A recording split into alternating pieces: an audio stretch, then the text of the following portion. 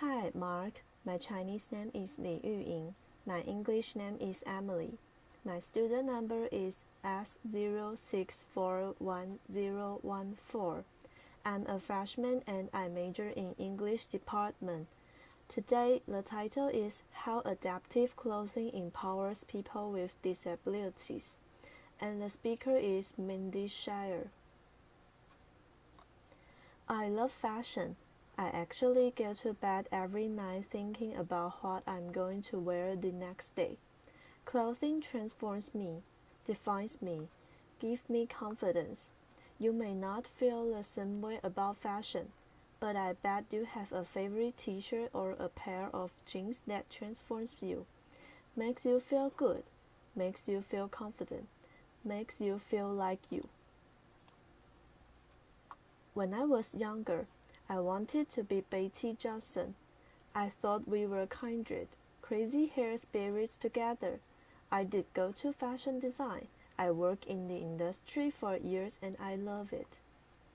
I married. I had 3 kids, but life can be heartbreakingly ironic. My middle child, Oliver, was born with a rare form of muscular dystrophy, or MD. MD affects his muscle strength, his pulmonary system, distorts his body and makes everyday life more challenging than most. From the time he could walk, which wasn't until about 2.5, he had to wear leg braces for stability because he wasn't growing appropriately. He had to wear a feeding tube that was placed on his face. He endured stares, and so did I.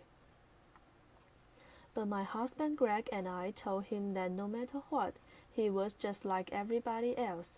But everyday tasks for Oliver that we all take for granted were incredibly challenging. That simple act of dressing yourself, the very thing that I adore, was a nightmare for him. His form of MD does not affect his mind. His brain is an A+, which means he's actually aware of his shortcomings. This became very evident when he started school, and that daily act of dressing yourself was a constant reminder of what he could and could not do. So our solution was for Oliver to wear sweatpants every day, to school, to parties, on vacation, his uniform. For special occasions, he would wear proper pants, but many times, because he couldn't manage the button and zipper, I would have to take him to the men's room, which was incredibly embarrassing for him and the other men that were in there. But then I said, "Oh, please, there's nothing I haven't seen before." Laughter. For years we muddled through, but when Oliver was in 3rd grade, I found out he was more like me than I ever imagined. Oliver, too, cared about fashion. He came home from school one day and said very definitively that he was going to wear jeans to school like everybody else gets to wear. Well, I certainly couldn't go to class with him and take him to the boys' room, but there was no way I was telling my 8-year-old that he couldn't wear what he wanted to wear. So that night, I MacGyvered the hell out of his jeans. I remember when I was pregnant and unwilling to stop wearing my own favorite pants, even though I was busting out of them, that rubber band trick. Your moms remember what I'm talking about? The rubber band through the buttonhole, around the button and back? Instant stretch, so I removed the zipper so he could pull it up and down on his own. I cut up the side seam of the button of his pants to accommodate for his leg braces. Applied Velcro. Hold your ears, everybody. Peel and stick, mind you, so that it would close around it.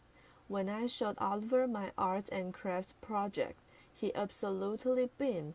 He went into school with his head held so high. Those jeans transformed him. He was able to get dressed on his own. He was able to go to the bathroom on his own. Those jeans gave him confidence. I didn't realize it at that time, but this was my first foray into the world of adaptive clothing. Adaptive clothing is defined as clothing designed for people with disabilities, the elderly, and anyone who struggles with dressing themselves.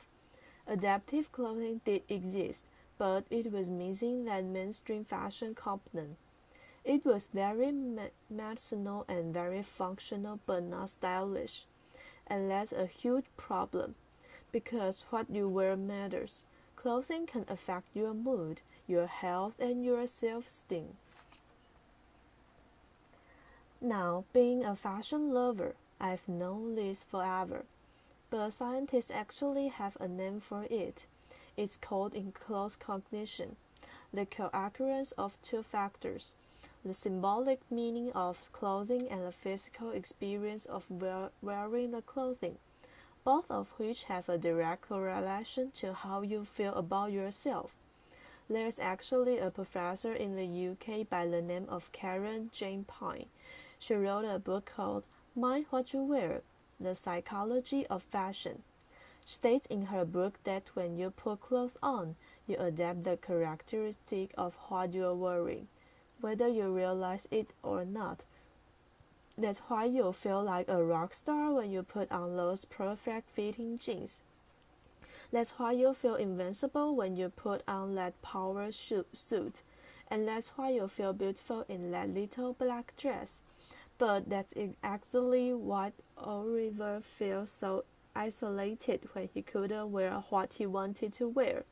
He even said to me one time, "Mom, wearing sweatpants every day makes me feel like I am dressing disabled." There are 1 billion people on our planet that experience some type of disability. 1 billion.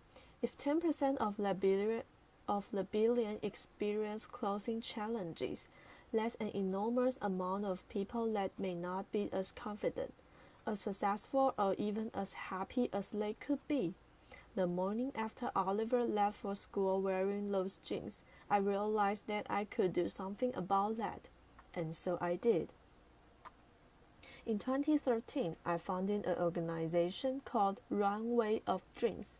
The mission was to educate the fashion industry that modification could be made to mainstream clothing for this community that has never been served. And it began with an entire year of research. I went to schools, I went to facilities, I went to hospitals. I literally chased down people on the street who were in wheelchairs, or if they had walkers, or even if they had a slight limp. Laughter. I know I must have looked insane, but I knew that if I was really going to make a difference, I had to truly understand the clothing challenges of as many different people as I possibly could. I met a young man who was 18 who has cerebral palsy. He was going to Harvard University. He said to me, "Can you imagine? I got myself into Harvard, but my dream is to be able to wear jeans on campus like the other freshmen will wear." I met a little girl named Gina who was missing her left forearm and her hand. Her mother told me she could not bear to see her daughter's difference magnified by a dangling sleeve, so she had every single long-sleeve shirt professional tailored. Can you imagine the time and money she spent? I also had the great privilege of spending time with Eric Legren, former Rutgers football player who was paralyzed during a tackle in 2010.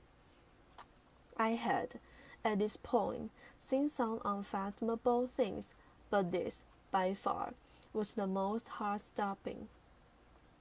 You see, Eric is a really big guy, and it took 2 aides and a lifting machine to get him dressed. I sat and watched this process for over 2 hours.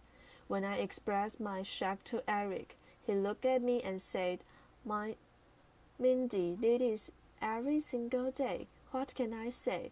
I like to look sharp." Research down. I knew that if I was going to make a change in the industry, I had to use my background and really figure out how to make these clothes modify. So I took the information I gathered over the past year, and I figured out that there were actually three categories that were affected across the board. The first were closures. Buttons, snaps, zippers, hook, and eyes were challenging for most everybody. So I replaced them with a more manageable technology. Magnets. Magnets made our Harvard freshman able to wear jeans on campus because he could dress himself. Second, adjustability. Pant length, sleeve length, waistbands were challenging for so many different shaped bodies. So I add elastic, an internal hemming system. This way, Gina could wear a shirt right off the rack and just adjust the one sleeve. Last, alternate ways to get the clothing on and off the body, outside the traditional way of over your head. So I designed a way to go in arms first. This, for somebody like Eric, could actually take 5 steps of his dressing process and gave him back the gift of time.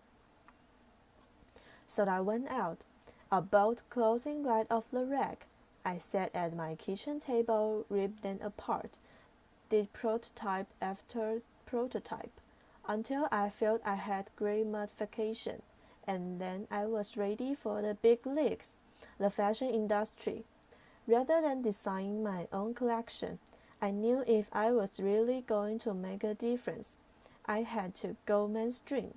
I believe that I just needed to educate the industry of the enormity of this population and the fact that these were consumers that simply weren't being considered. And I'm thrilled to say that the industry heard me. Runway of Dreams collaborated with the most amazing, forward-thinking brand on our planet. A plus. Who took my vision to market and make fashion history by launching the first mainstream adaptive collection, and the rest is yet to come. A plus. So, a plus. Fashion holds the key to a vital lifeline. Clothing can be transformative. Clothing equals confidence. So tomorrow, when you are starting your day and you are thinking about what you are going to wear, I hope you appreciate the process and thinking about how what you chose makes you feel. Today, Oliver is 13. He wears his adaptive kayakis, his magnetic bottom-front shirt feels like the coolest guy around. My boy has total swagger. Laughter. As I mentioned, Oliver's disease is degenerative, which means his muscles are going to break down over time. This, by far, is the most devastating part for me. I have to sit on the sidelines and watch my boys deteriorate, and there's nothing I can do about it. So I'm looking up from the things that I cannot control to the things I can't, because I have no option.